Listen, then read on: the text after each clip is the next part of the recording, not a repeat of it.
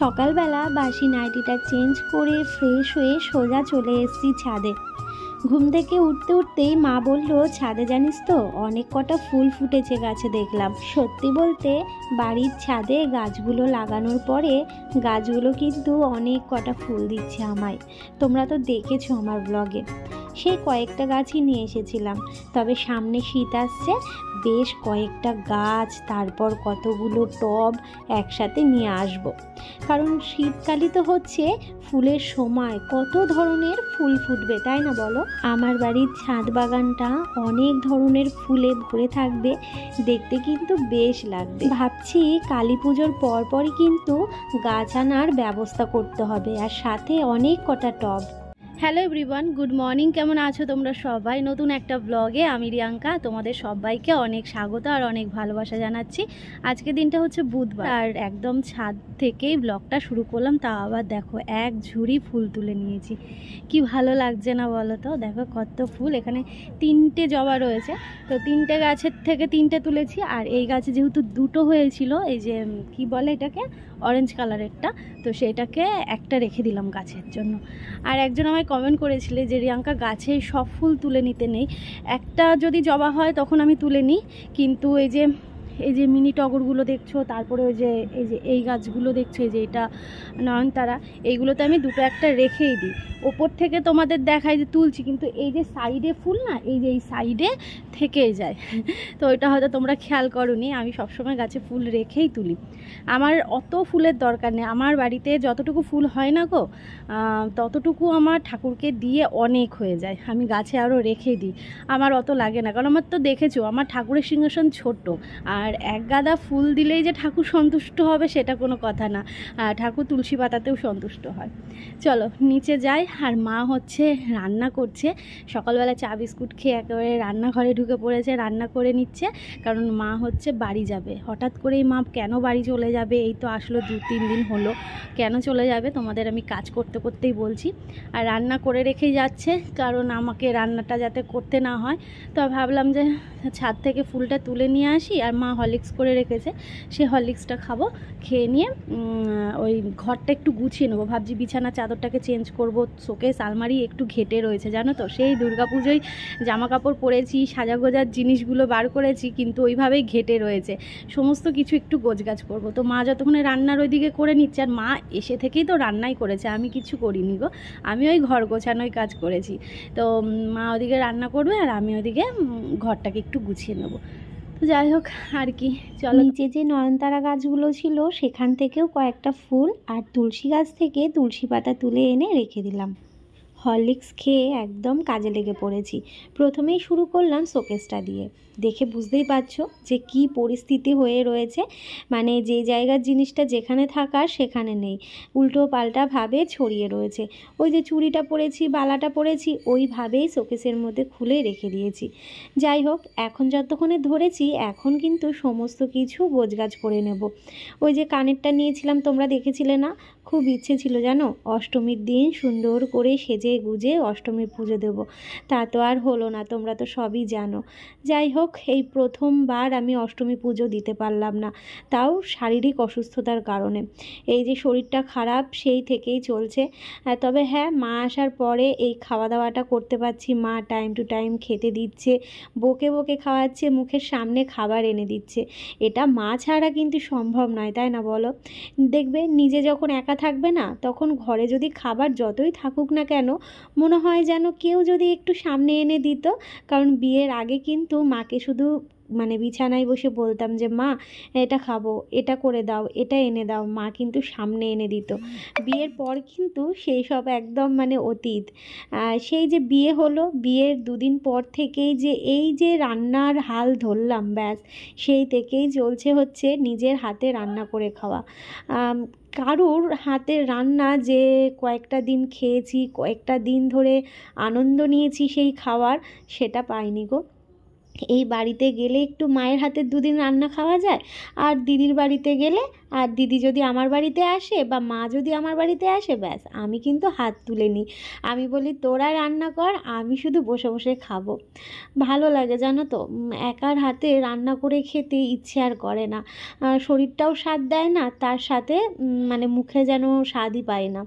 ওইদিকে শোকেসটা গুছিয়ে নিলাম। তারপর এই যে পুজোর কিছু জামা কাপড় ছিল, মানে কি হয়েছে বলো তো, মানে আলমারির জামা কাপড় শোকেসে চলে এসছে, আর শোকেসের জামা কাপড় চলে গেছে আলনা না সরি আলমারিতে। তো এই হচ্ছে উলট পালট। তো ভাবলাম চলো এই জিনিসগুলোকে একেবারে গোছগাছ করে নিই, কারণ এর পরের দিন থেকে মা চলে যাচ্ছে, যেহেতু আজকে বাড়িতে মায়েরও তো সংসার আছে। মা তো কিছু দিনের জন্য আমার কাছে এসেছিল আমার শরীরটা অসুস্থতার জন্য, যেহেতু নিজে হাতে রান্না করে খেতে পাচ্ছি না। মা যদি এসে একটুখানি পাশে থাকে, আমারও মন মেজাজ সমস্ত কিছুই ভালো লাগবে। কিন্তু হঠাৎ করেই গতকাল রাত্রিবেলায় বাবা ফোন করে, বাবা আসছে বাড়িতে আজকে ঠিক সকালবেলা ওই 11টার দিকে। এবার মাকে তো মায়ের সংসারে ফিরে যেতে হবে, তাই না? আসলে বাবার কিছুদিন পর আসার কথা ছিল, কিন্তু হঠাৎ করেই একটা কাজ মানে ক্যান্সেল হয়ে যায়, তো তার জন্যেই বাবাকে চলে আসতে হয়। যাই হোক, আবার এর পরে যখন বাবা দূরে কোথাও ভাড়া যাবে, তখন আবার মাকে বলেছি যে মা তুমি আবার এসে আমার কাছে কটা দিন থেকো। আসলে কাছাকাছি কোথাও ভাড়া গেলে হয়তো এসে 2-1 দিনের জন্য থাকতে পারবে না, কিন্তু দূরে কোথাও ভাড়ায় গেলে থাকতে পারবে। তো যাই হোক, আর কি করা যাবে, মায়েরও তো সংসার আছে, মাকেও সংসারে ফিরে যেতে হবে। তো আগামীকাল থেকে আমাকে আমার মতন করে ঘুম থেকে উঠে টাইম টু টাইম কাজকর্ম রান্নাবান্না জোর কদমে চালাতে হবে। তাই ভাবলাম যে এই যে এক্সট্রা কাজগুলো রয়েছে না, এইগুলো তখন আর ইচ্ছে করবে না। তবে জানো তো, এইগুলো আমি এইভাবে ফেলে রেখে দিই না, তোমরা জানো। পুরনো ভাড়া বাড়িতে থাকতেও আমি কিন্তু সব সময় চেষ্টা করতাম সমস্ত কিছু গুছিয়ে রাখার, এখনও চেষ্টা করি। কিন্তু এই যে পুজোর আগের থেকে যে আমার শরীরটা খারাপ শুরু হয়েছে, কিছুতেই যেন শরীরে এনার্জি আর পাচ্ছি না। তবে ওই যে ভেতর ভেতর যে জ্বরটা, সেটা কিন্তু অনেকটা কমে গেছে জানো তো। ওষুধ তো চলছে, তার সাথে ওই যে মায়ের টোটকা, সেটারও কিন্তু কাজ দিয়েছে, খুব ভালো কাজ দেয় জানো তো। তো এইদিকে তো শোকেস আলমারি সমস্ত কিছু গুছিয়ে নিয়েছি, পরে তোমাদের দেখাচ্ছি কত সুন্দর করে গুছিয়েছি। তবে আলমারি থেকে আরও কিছু জিনিস বার করার দরকার ছিল, কিন্তু একবারে এত কিছু না করে উঠতে পারবো না। তাই আলতোর মধ্যে যতটুকু না করার নয় সেইটুকু করে রেখে দিলাম। আর এদিকে বিছানার চাদরটাকে চেঞ্জ করব, ভাবলাম এই সবুজ চাদরটা পাতবো জানো তো। আর জানোই তো সবুজ জিনিস আমাদের বেশ ভালোই লাগে, চোখে দেখতেও ভালো লাগে আর মনটাও যেন ভালো লাগে। তো এই সবুজ চাদরটাই এখন পেতে নেব। আর মা বারবার বলছে একটু ভাত করেছি, ভাত ঘি দিয়ে আলু সেদ্ধ ডিম সেদ্ধ দিয়ে খেয়ে নে। আমি বললাম না, আমি ডিম সেদ্ধও খাবো না, আমি কোনো আলু সেদ্ধ ভাতও খাবো না। একেবারে তুমি রুটি করছো দেখলাম, আমি আজকে একটু রুটি খাবো। আসলে জানো তো, আমাদের বাড়িতে রুটি হয় সকালবেলা, মানে সকালে রুটি রাতে রুটি, দুপুরবেলায় একবেলার জন্য ভাত হয়। যেহেতু আমার মা বাবার একটু তো বয়স হয়েছে, দুবেলা বা 3 বেলা ভাত খাওয়াটা ঠিক না, তাই একবেলা ভাত খায় আর দুবেলা রুটি খায়। মা সকালে ঘুম থেকে উঠেই বলেছিল আমি কিন্তু রান্না করে দিয়েই বাড়ি যাব। আমি বললাম তাহলে তুমি একটুখানি বাবার জন্য সকালের খাবারটা করে নিয়ে যেও, আর তুমিও খেয়ে যেও, তাহলে তোমার গিয়ে তাড়াহুড়ো করতে হবে না, বাবাও এসে দুটো খেতে পারবে। তো যেহেতু বাবার অভ্যাস রুটি খাওয়া, তাই মা বললো যে আমি একটু তাহলে রুটি করে নিয়ে যাব। আমি বললাম যে মা বেশ হয়েছে, তাহলে রুটি করো, আমিও একটু রুটি খেতে পারবো। কারণ ওই যে বললাম আগে কিন্তু আমাদের অভ্যাস ছিল যে রুটি খাওয়া, বিয়ের পর এই ভাত খাওয়া ধরেছি সকালবেলা। কারণ আমার বরের এমন কাজ, ও না এই রুটি খেয়ে তারপর কাজ করা সম্ভব হয় না, যেহেতু আবার দুপুরের খাবার নিয়ে যায়। এবার সকালবেলার টাইমটায় রুটি ভাত দুটোই একসাথে করা সম্ভব হয়ে ওঠে না। আর কি বলো তো, আমার বর না মানে গ্রামের মানুষ, তো এবার গ্রামের মানুষ দেখবে একটু ভাতটা বেশি ভালোবাসে। তো ওই জন্যেই না সকালবেলায় প্রত্যেকের ঘরেই কিন্তু আমাদের এখানে ভাতটাই হয়। তো ওরও সেই অভ্যাস, তো সেই অভ্যাসে আমিও কিন্তু পরিণত হয়ে গেছি, কারণ আমিও তো আর এখান থেকে বাইরে নই, এখানেরই হয়ে গেছি, তাই না? এখন ধরো আমার বিয়ের আগেরটা অতীত, এখন যেটা চলছে বা এখন যে পরিস্থিতিতে আমি কাটাচ্ছি, এটাই তো আমার বর্তমান। তো এই সমস্ত কিছুর সাথেই এখন আমি মিশে গেছি। এখন আমিও ওই সকালবেলা ভাত ছাড়া যেন কিছুই ভালো লাগে না।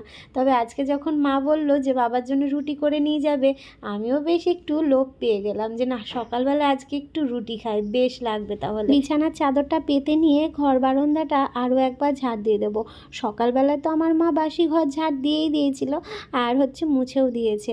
কিন্তু এই যে যেহেতু বিছানার চাদরটা চেঞ্জ করলাম, শোকেসটা পরিষ্কার করলাম, তো ওই জন্যে আরও একবার ঝাড় দিয়ে নেব। সকাল সকাল স্নান করছি না, কারণ একটু ঠান্ডা ঠান্ডা ওয়েদার হয়েছে তো, আর ট্যাঙ্কির জলটা না অনেকটা ঠান্ডা থাকে, তাই একদম সকালবেলা স্নান করাটা আমার জন্য ঠিক নয়, তাই একটু বেলা করেই স্নান করছি।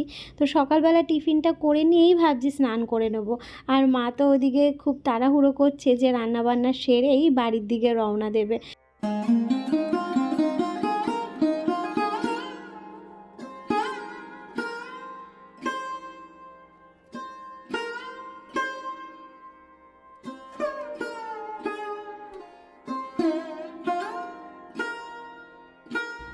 লক্ষ্মী পুজো চলে গেছে প্রায় 6-7 দিন হয়ে গেল, কিন্তু ঠাকুরের বাসনগুলো যে জায়গায় রাখতে হবে সেটা আর সময় করে উঠতে পারিনি। খাটের তলায় মাজা ঘষা করে বাসনগুলোকে রেখে দিয়েছিলাম। তো আজকে যতক্ষণে এই শোকেস আলমারির কাজগুলো ধরেছি, তাই ভাবলাম যে চলো বাসনগুলোও জায়গা মতো রেখে দিই। তো সমস্ত বাসনগুলো জায়গা মতো রেখে দিলাম, আর তার সাথে একটা ব্যাগে কিছু জিনিস ছিল, সেই জিনিসগুলোকেও কিন্তু আমি ভেতরে রেখে দিলাম, কারণ বাইরে রাখবো কোথায় কি হবে, তার থেকে এই ভেতরেই রাখা থাক। তো চলো এবার জিনিসগুলো জায়গা মতো গেল। এবার তোমাদের দেখিয়ে দিই কি কি কাজ করেছি। এই যে দেখো, এই যে শোকেসের পাল্লাটা, এইটা কিন্তু একদম গুছিয়ে ফেলেছি। আর এইদিকে শোকেসের সাজার জিনিসগুলোও গোছগাছ হয়ে গেছে। এদিকে শোকেসের আলমারিটাও একেবারে গুছিয়ে নিয়েছি। যেগুলো ধরো মোটামুটি বাজার টাজার গেলে পরতে লাগে বা এদিক ওদিক গেলে পরি, সেইগুলো আমি শোকেসে রাখি। আর যেগুলো একদমই ভালো জামা কাপড়, সেইগুলো কিন্তু আমি আলমারির মধ্যেই রেখে দিই। তো আমার বরের এবছরের পুজোর যতগুলো জামা কাপড় নেওয়া হয়েছিল, সমস্ত কিছুই কিন্তু এদিক ওদিক হয়েছিল, তো সেইগুলোকে আলমারিতে রেখে দিয়েছি। ওই তো ধরো একদিন করে পরেছে, আর দুটো ড্রেস তো এখনও রয়ে গেছে, তো ওইটা কালী পুজোয় 2 দিন বেরোবে, ব্যাস হয়ে যাবে।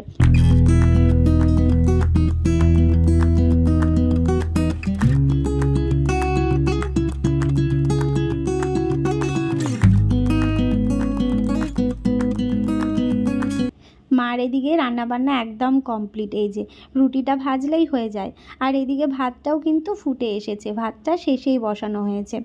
আর এদিকে দেখো আজকে করেছে গাঁটি কচু আলু দিয়ে আর চিংড়ি মাছ দিয়ে তরকারি। ওফ, কি যে সুন্দর হয়েছিল, তোমাদের কি বলবো। আমার বড় খেয়ে বলছে যে তরকারিটা ভীষণ ভালো লেগেছে। আমার মা জানো তো, চিংড়ি মাছ দিয়ে পটল আলুর তরকারি, এঁচোড় চিংড়ি, তারপর এই যে গাঁটি কচু আলুর তরকারি, এইগুলো না ভীষণ ভালো করে।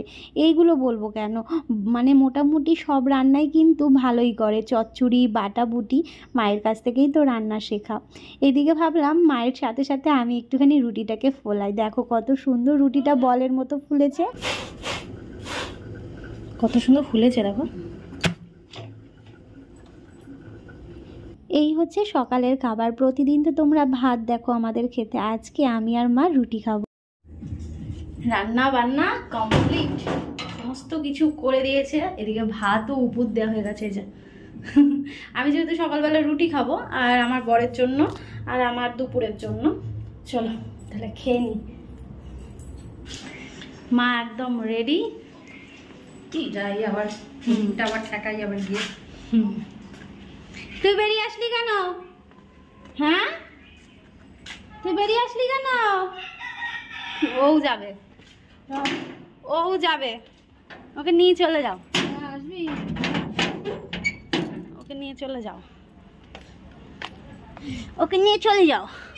হ্যাঁ হ্যাঁ, ওকে নিয়ে চলে যাও। ও মা, আবার এসো। হ্যাঁ, ও দেখো দুজন মিলে আসছে এগোতে। দেখো দুজন মিলে আসছে এগোতে। এই যে হ্যাঁ, আমার মাকে এগোতে দিতে যাচ্ছি, ওই দুটো মিলে আসছে এগোতে। তাই তো করে, আমি দোকানে যাবো, আমার পেছন পেছন দৌড়াবে, তারপর তারা দেবো, আবার চলে আসবে। দুধ আনতে যাবো, ওখানেও যাবে। হ্যাঁ, আমি আর যাবো। এসো আবার। হ্যাঁ,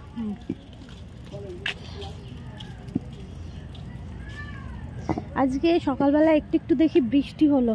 বাড়ি গিয়ে ফোন করো মা। হ্যাঁ, চার্জার নিয়েছো? ও আচ্ছা, আমি গিয়ে ফোন করে দেবো। বৃষ্টি হলো অল্প অল্প, মনে হলো যেন অনেক ঝমঝমিয়ে বৃষ্টি নামবে। তারপরে এখন দেখি আর ওয়েদার ঠিক আছে, তবে একটু মেঘমেঘ করে রয়েছে, আর হচ্ছে তোমার কেমন যেন গুমোট হয়ে রয়েছে। তো আর কি, ওই যে মা চলে গেল বাড়িতে, সংসার ফেলে আর কদিন থাকবে। আসলে বাবার আসার একটু দেরি ছিল, ওই জন্যই কটা দিন থাকতো, কিন্তু বাবা হচ্ছে কালকে রাত্রিবেলায় ফোন করে বলল যেহেতু যে সকালবেলায় চলে আসবো, তো তুমি এসো, এই জন্যেই যাওয়া। আবার আসবে, আবার বাবা ভাড়ায় চলে গেলে, কাছাকাছি গেলে হবে না, একটু দূরে যখন যাবে তখন।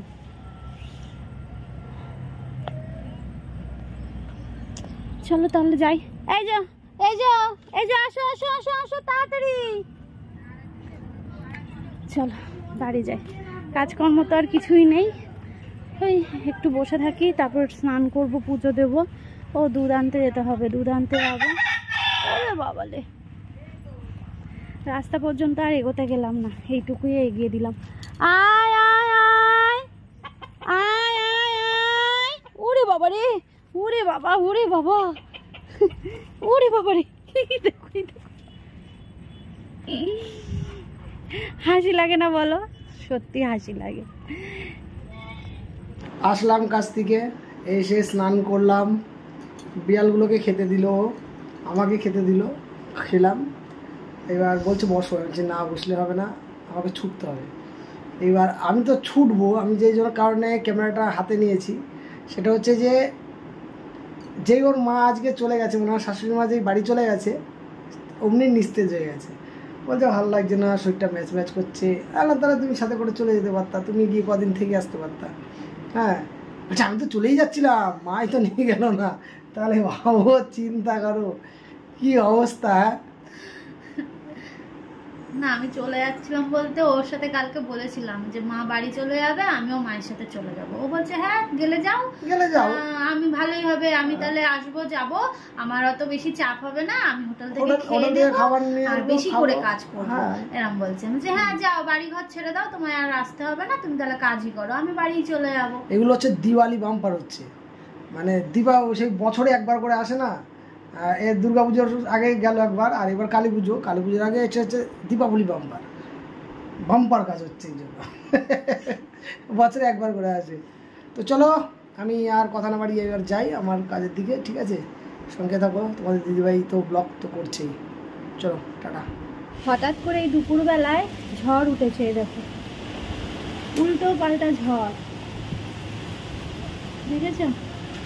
ছাদের দরজাটা খোলা ছিল, ছাদের দরজাটা দিয়ে দিলাম, ব্যালকনির দরজাটা খোলাই থাক, মানে ঠান্ডা হাওয়া দিচ্ছে, কোথাও মনে হচ্ছে ঝড় হচ্ছে, মানে সরি বৃষ্টি হচ্ছে, কোথাও বৃষ্টি হচ্ছে, আর সেই বৃষ্টি ঠান্ডা হাওয়াটা এদিকে আসছে।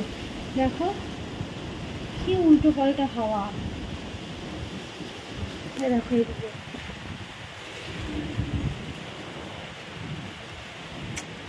শুয়েছিলাম, শুয়ে থেকে থেকে দেখি কি জোরে আওয়াজ হচ্ছে, নাহলে মানে বৃষ্টি চলে এসছে। জামা কাপড় ছিল কলতলায়, সেইগুলো নিতে গেলাম, তারপরে দেখি না বৃষ্টি না, উল্টো পাল্টা হাওয়া দিচ্ছে। চলো নিচে যাই, কারেন্টও চলে গেল, এই দরজাটা খোলা থাক।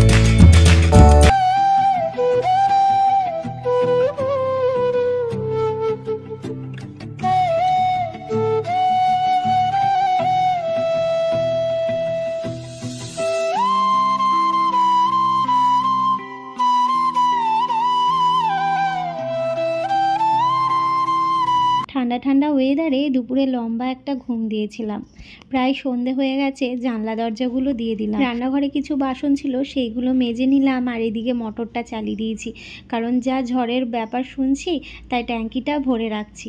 কাজ থেকে আসার সময় এই যে নিয়ে এসেছে, এর মধ্যে মোগলাই রয়েছে, রাতের খাবার, আর এখানে রয়েছে ইস, কার কার জিভে জল আসছে বলো তো,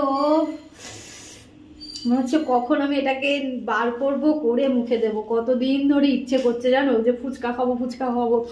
আগে তো প্রায় প্রায় বেরোনো হতো, প্রায় প্রায় মানে সপ্তাহে প্রায় 3 থেকে 4 দিন আমি ফুচকা খেতাম, প্রায় 20-30 টাকা করে, মানে বেশিরভাগই হয়ে যেত। আর এখন অনেক দিন হয়ে গেল, এটা লাস্ট কবে খেয়েছিলাম, কবে খেলাম, ও বাড়িতে গেছিলাম না, সেই বাড়িতে, হ্যাঁ হ্যাঁ ও বাড়িতে গেছিলাম, যে ও কাজ থেকে ফেরার পথে ও বাড়িতে নিয়ে গেছিল, ওই খাওয়া হয়েছিল, আর খাওয়া হয়নি। তো যাই হোক, ও দারুণ। চলো বেড়ে নিয়ে তারপর ঘরে যাই। আর এটা হচ্ছে পরে খাবো, আগে ফুচকাটা খেয়ে নিই। আর এটা মোগলাই আনলো, বললো তরকা আনবো না মোগলাই আনবো, আমি বললাম তাহলে মোগলাই নিয়ে আসো, অনেকদিন মোগলাই খাওয়া হয় না, তো ওই জন্য মোগলাই নিয়ে এসে। তো চলো সঙ্গে থাকো, এই ফুচকাটাকে বার করি, আগে পেটে দিই, ও জিভ দিয়ে জল বেরিয়ে যাচ্ছে। দেখো আলুর দাম বাড়াতে আলু দিয়েছে কয়টুকু, এতগুলো ফুচকায় এইটুকু আলু হয়, এইটুকু আলু কয়টার ফুচকায় যাবে বলো তো, প্রায় 5টা কি 7টা ফুচকায় হয়তো যাবে, কয়টুকু দেখো, কি বলবো। তো চলো না এটা নিয়ে এবার ঘরে যাই, গিয়ে তারপর একটু কষিয়ে না একটু রসিয়ে ফুচকা খাই। বাইরে হচ্ছে ঝিরিঝিরি বৃষ্টি, সবে শুরু হলো, সন্ধ্যা থেকে একটুখানি হচ্ছিল, তবে এখন একটুখানি আবার শুরু হয়েছে। আর ফ্যান অফ করে দিয়েছি, কাঁথা গায়ে দেবো, একদম ঠান্ডা ঠান্ডা ওয়েদার, দারুণ ঘুম হবে। কানটাকে ঢেকে নিয়েছি, কারণ ঠান্ডা পড়ছে তো, কানে ব্যথা হবে। আর এই যে জল নিয়ে নিয়েছি, জল ছাড়া ঘুমানো সম্ভব নয়। কালকে রাত্রিবেলা জল নিইনি, আর রাত্রিবেলা কি জল তেষ্টা পেয়েছে, তারপর আবার উঠে গিয়ে, মানে জল নিইনি বলতে মাথার গোড়ায় নিইনি, ছিল ঘরেই ছিল, কিন্তু নিচে নামতে হয়েছে, এই আর কি। তো যাই হোক, খাওয়া দাওয়া হয়ে গেছে, এবার ঘুমোতে হবে। আর বেশি রাত করি না, তাড়াতাড়ি শুয়ে পড়ি। আজকে দুপুরবেলায় তো লম্বা একটা ঘুম দিয়েছি, জানি না রাত্রিবেলায় কতক্ষণে ঘুমটা আসবে আমার। তো চলো বন্ধুরা, আজকের মতন ব্লগটা এইটুকুই, আগামীকাল আসছি নতুন একটা ব্লগের সাথে। ভালো থেকো সবাই, সুস্থ থেকো, সাবধানে থেকো, আমাদের পাশে থেকো, অনেকটা ভালোবাসা তোমাদের জন্য। টাটা টাটা, চলো শুভরাত্রি।